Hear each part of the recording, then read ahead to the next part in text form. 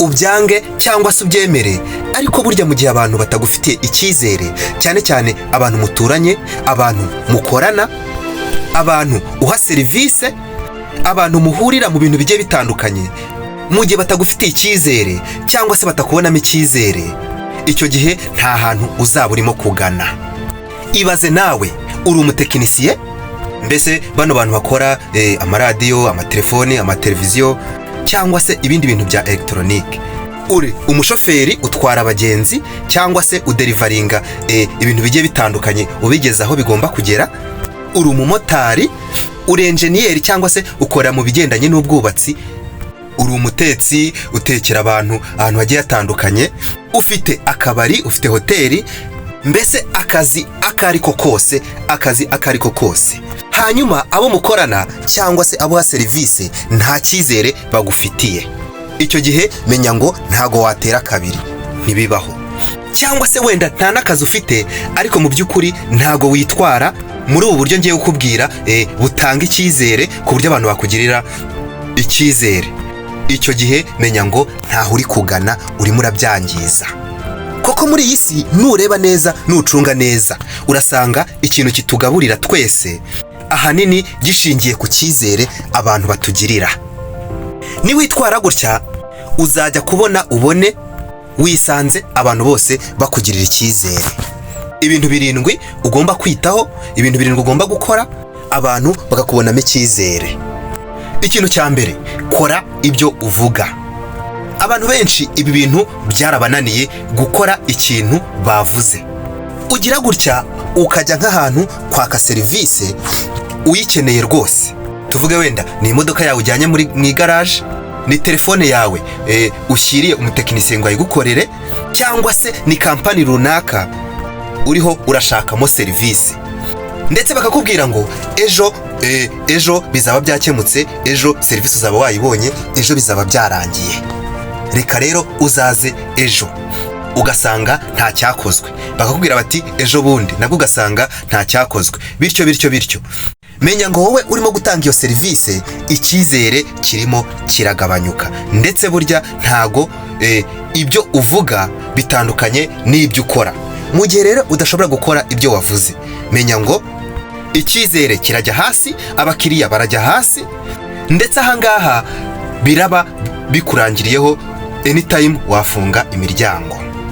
Wemereye umuntu mukorana cyangwa wemereye umuntu mwigana, umwemereye ko uzamufasha serivisi runaka, hanyuma urangije akakwizera, ubundi ukamuhemukira, iyo serivisi ntuyimuhe.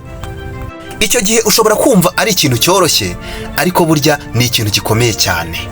Kuko niba ukoreye uwo muntu ikintu kitari cyiza nk'icyo, ibyo wamubwiye ntubikore, ushobora kuzasanga sosiyete yose izi yuko uri umuntu uvuga ibintu ariko ntubikore.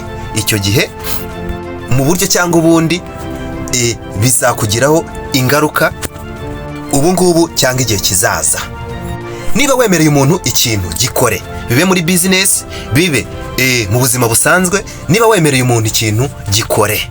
Ndetse hari abantu mu buzima batajya babasha guhakana, ugasanga bamubwiye ibintu, kubera kutabasha guhakana arabyemeye, nyuma bikazarangira atabikoze. Ibyo bintu ni ibintu bibi cyane. Tangira wige kuvuga ikintu uzakora, kuko nicyo kintu cy'ingenzi mu buzima.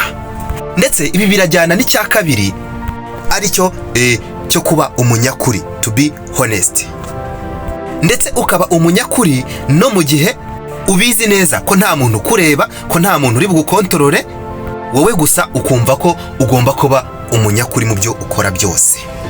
Abantu benshi bakunda kuba abanyakuri gusa ari uko hari umuntu bareba, cyangwa se ari uko hari supervision ibariho cyangwa igenzura ribariho. Icyo gihe ntago uba uri umunyakuri, icyo gihe ahubwo uba ukorera ku jisho. Ndetse burya kuba umunyakuri bituma umutima wawe utagucira urubanza muri buri kimwe uba wakoze. Bigufasha kuba wumva umutima wawe utuje, kandi bikagufasha kuba ugaragara nk'inyangamugayo muri sosiyete, abantu bakakugirira icyizere, kuko baba babizi yuko uri umuntu udakorera ku jisho, uri umuntu ukora ikintu cya nyacyo, no mu gihe nta muntu waba ukureba. Iki kintu rero gisigaranye abantu mbarwa. apfa kuba uzi yuko icyo kintu ugiye gukora ari ikintu cya nyacyo. Burya uretse no kuba abantu bagushimira ngo babone ko uri umuntu uri inyangamugayo muri sosiyete, ariko burya nawe ku mutima uba wumva ukeye. Ikintu cya gatatu uba ugomba gukora kugira ngo sosiyete ikubone nk'umuntu yagirira icyizere, nk'umuntu ufite icyizere cya sosiyete, kora ibishoboka byose ujye wumva, ujye utega amatwi kurusha uko wavuga. Iki kintu abahanga bahora bakigarukaho buri gihe, kuko iki kintu ni ingenzi cyane. Iki kintu kibumbatiye indangagaciro zawe z'umuntu wa nyawe, z'umugabo muzima, z'umudamu, z'umukobwa ufite indangagaciro nzima.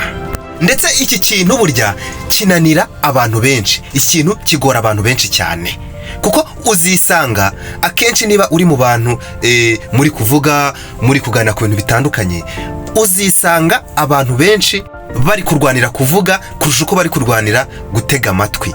Kandi burya mpora mbibabwira, icyo wowe uba ugiye kuvuga uba usanzwe ukizi, mu gihe wagakwiye kuba utega amatwi, ahubwo kuko icyo undi muntu agiye kuvuga ntago ukizi. Nicyo rero cy'ingenzi, nicyo kikugirira akamaro, niyo mpamvu uba ugomba gutega amatwi. Ikindi kandi burya iyo uteze amatwi umuntu, iyo uteze amatwi abantu muri kuganira, babona yuko uri umuntu mukuru utekereza kandi w'ingirakamaro cyane. Kuko burya uzarebe niyo umuntu yagize nk'ikintu cyamubayeho akaza agutakira, akaza kubwira, aba akeneye kugira ngo umwumve kurusha uko we wavuga. Burya niyo wamutega amatwi ukamwumva, burya biba bihagije, kuko aba akeneye umuntu umwumva kurusha uko akeneye umuntu uvuga. Niyo utagira icyo ubikoraho, ahubwo ukamutega amatwi ukamwumva, agufata nk'umuntu w'ingirakamaro, agufata nk'umuntu ukomeye, ndetse aranakubaha cyane, kuko burya uba umufashije mu buryo utanazi. Ndetse burya tuvuye no kuri ibyo ngibyo, burya umuntu uvuga cyane, ndetse abahanga bavuga yuko uko ubumbuye akanwa kawe uvuga, niyo waba utari kuvuga ibintu bikwerekeyeho, niyo waba uri kuvuga inkuru z'ahandi, ariko burya iyo urimo kuvuga niho hantu umuntu amenyera uwo uriwe, niho hantu amenyera ibyo ukunda, niho hantu amenyera intege nke zawe, niho hantu amenyera icyo ushoboye n'icyo udashoboye. Kandi burya ibyo bintu ni bibi cyane. Hari igihe ushiduka wishyize ku karubanda mu gihe utabishaka, mu gihe kidakwiye. Koko iyo ucecetse ntago umuntu yamenya uwo uriwe, cyangwa iyo uvuga make cyane abaze, biragoye kugira ngo umuntu asobanukirwe umuntu uwo uriwe. Kandi iyo turufu burya niyo ifasha muri iyi si dutuyemo, niyo ifasha muri iyi sosiyete, niyo ifasha muri ubu buzima bwa none. Ndetse iki kirajyana n'ikintu cya kane ugomba gukora kugira ngo abantu bakubonemo icyizere, ni ukutavuga ku buzima bwawe cyane, mbese ngo ibintu by'ubuzima bwawe ubishyire hanze. Ndagira ngo hano hantu munyumve neza mutuje. Ushobora kuba uvuga makeya, uvuga amagambo makeya mu busanzwe, ariko ukavuga ibintu bikwerekeyeho cyane, ndetse by'amabanga biba bidakwiye kuvugwa, ndetse biba bidakwiye kumvwa na buri wese. Ahanini uba uzi ngo umuntu ugiye kubibwira wenda birafasha, cyangwa se ariko ukazashiduka uri kubibwira umuntu utari uwa nyawe, kandi ari ibintu by'amabanga akomeye. Tuvuge uri kuganiriza umuntu, uri kumubwira amabanga y'urugo, uburyo urugo byanze, uburyo mu rugo iwawe bitameze neza, kandi mu by'ukuri uwo muntu ni uko mukorana, ni uko mubana, ni uko ari umuturanyi, ariko burya ntago ari byo.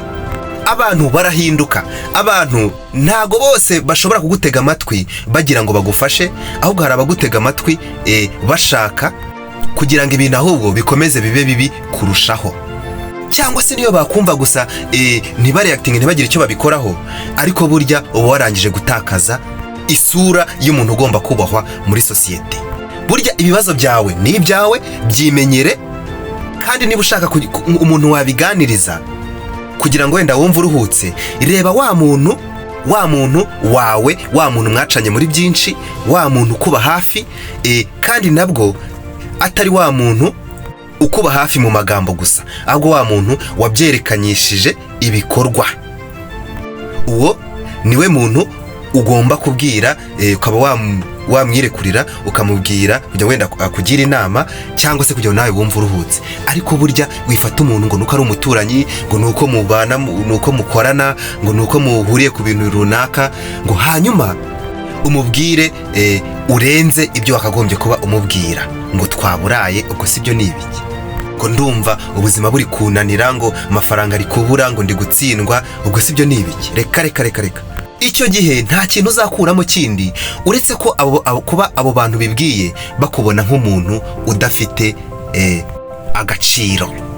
Ikintu cya gatanu ugomba gukora, abantu bagakubonamo icyizere, bakabona ko uri umuntu ufite ugomba kugirirwa icyizere. Nicyo bita body language, cyangwa se ukuntu witwara n'uburyo unyeganyeza ibice byawe by'umubiri mu gihe urimo kuvuga, bimwe bita ngo geste cyangwa ibimenyetso by'umubiri. Burya mu gihe uri kubwira abantu, ni abantu uyoboye, ni urugero, cyangwa se ni abantu muri kuganira, ni abaturanyi, ni abantu bagukikije, cyangwa se igihe cyose bibaye ngombwa ko abantu ugira ikintu babwira, ita ku bimenyetso ukora. Kuko ntabwo uzabwira umuntu ikintu cyo kumurema agatima cyangwa umuremamo confidence, cyangwa ugira ngo abe umuntu uri sharp, abe umuntu uri active, hanyuma ngo ubikore ureba hasi, ugaragaza ko unaniwe, ugaragaza ko byagucanze, ko mbese ufite intege nkeya mu mubiri. Icyo gihe uba wakishe. Abantu uzabibwira bazatekereza bati, ahubwo mbere yo kugira ngo ugire ikintu tubwira, wowe banza ugire ikintu wibwira. Icyo gihe nta cyizere bazakubonamo, nta n'ikintu kigaragara bazabona ko wabagezaho. Burya niba ufashe ijambo, niba hari ikintu uri kubwira abantu, niyo yaba ari umuntu umwe muri kuganira, mwereke ko uri confident, mwereke ko ibintu ubyumva neza. Niba ari umukiriya uje gusanga, mwereke ko ibintu, mwereke ko icyizere, ku buryo agenda avuga ati umuntu nsigiye igikoresho cyanjye, cyangwa se umuntu uvuze ko azankorera iyi serivisi, koko azayikora, ndamubonamo icyizere. Ibyo ngibyo bizagenda bikubake, bizagenda byubaka icyizere, ndetse n'aho agenda hose agenda kuvuga, ku buryo ashobora kuzahura n'umuntu ukeneye serivisi utanga, akavuga ati ewe wikwirwa ujya kure, gana ahangaha. Ndetse burya ibintu byose bihera muri confidence. Ngira ngo mujya mubibona ko abantu benshi bajya babona n'akazi cyane bitagendeye ku bushobozi bafite cyane, ahubwo bigendeye kuko uwo muntu yifitiye icyizere.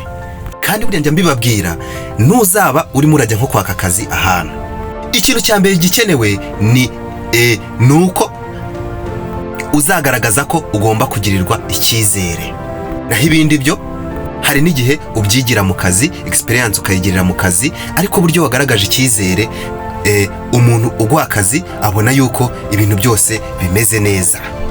Rero jya wita ku bimenyetso ukora mu gihe uri kubwira abantu, kuko iki kintu kizamura icyizere, sosiyete ikakugirira icyizere, ahantu hose bakakugirira icyizere, bakabona ko uri smart. Ikintu cya gatandatu, emera amakosa mu gihe wayakoze, kuko burya ni ikintu kizamura icyizere abantu bakugirira. Uti gute rero? Burya twese dukora amakosa, baranavuga bati umuntu utagira ikosa n'ubu utagize ikintu akora. Burya iyo ukora uranakosa, ni ibintu bisanzwe. Ntago rero kuba wakora ikosa, ntago burya bigaragaza intege nke zawe. Reka.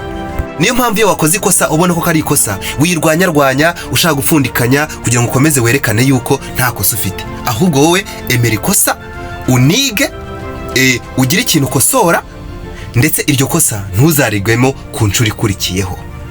Ndetse muzanabibona igihe nk'umuyobozi yakoze ikosa, mwaba mumweretse ko habayeho ikosa yakoze, ukabona araryemeye, hanyuma niba ari ikintu cyo guhindura kigahinduka, ubundi akazi kagakomeza. Iki gihe ni hahandi n'abakozi cyangwa se abantu ayoboye bavuga bati cyokora umuyobozi wacu ashyira mu gaciro koko.